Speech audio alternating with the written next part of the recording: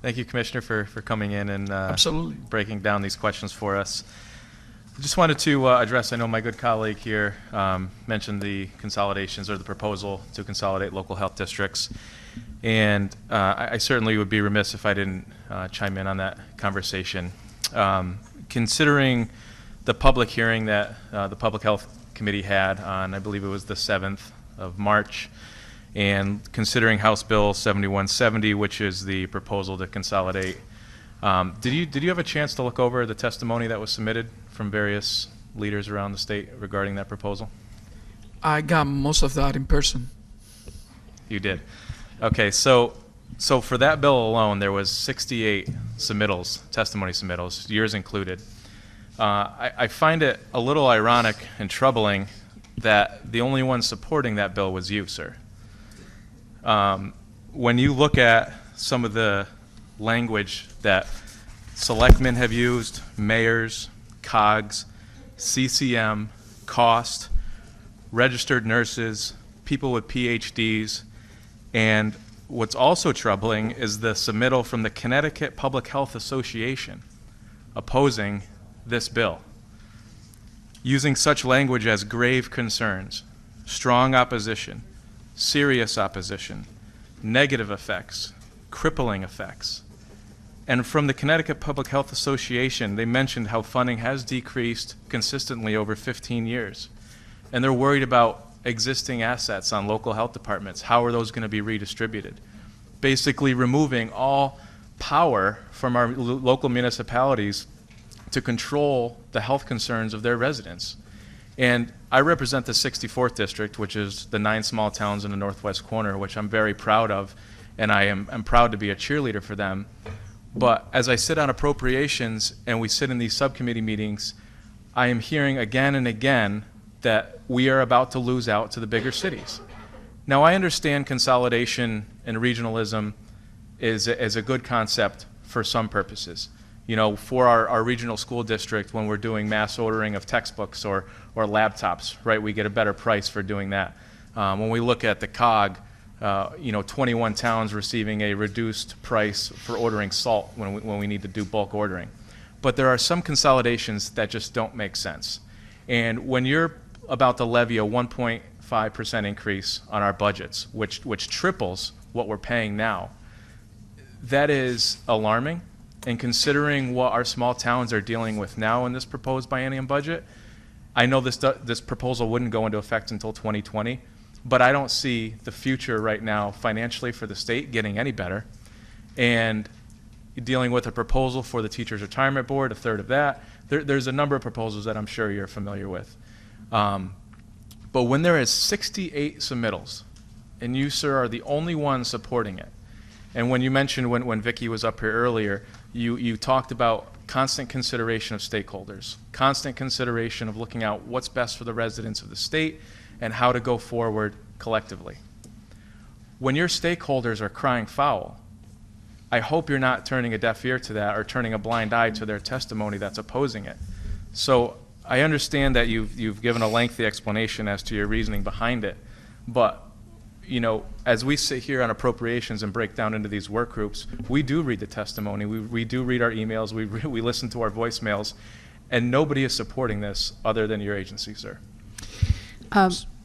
If I may just intervene here, Commissioner, before you answer, Representative Ohler, just so you know, that this plan came about a number of years ago under Governor Rell. At that time, the Department of Public Health was charged with looking at attempts to regionalize and also to consolidate some of the services.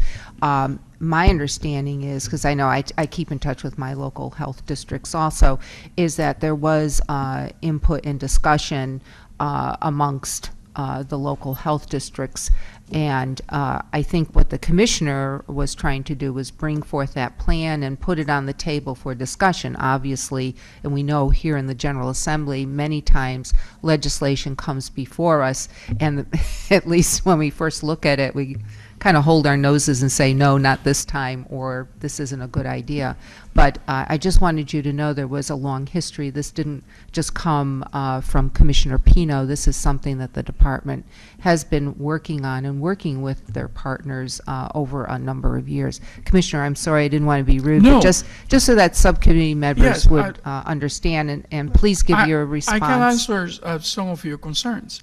Yeah, my testimony probably was the only one supporting, but I'm not one person. I represent an institution that has 700 employees. So if that doesn't have any weight. And I know it's unpopular, and we are not running a popularity contest.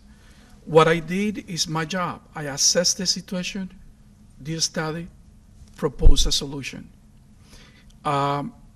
It is now in your hands if you would like to move it forward or not. But what cannot be said is that we did not follow the recommendations and we did not do our job. There is no 1.5% anymore in that proposal. So it is budget neutral. And as I said before, we understand that it's a change of the culture. And I know that people have used words like crippling and negative effect, but no one has demonstrated those crippling or negative effects. So words that are not based on scientific evidence tend not to argue again what we are proposing that is based on prior studies by independent individuals, including Yale University.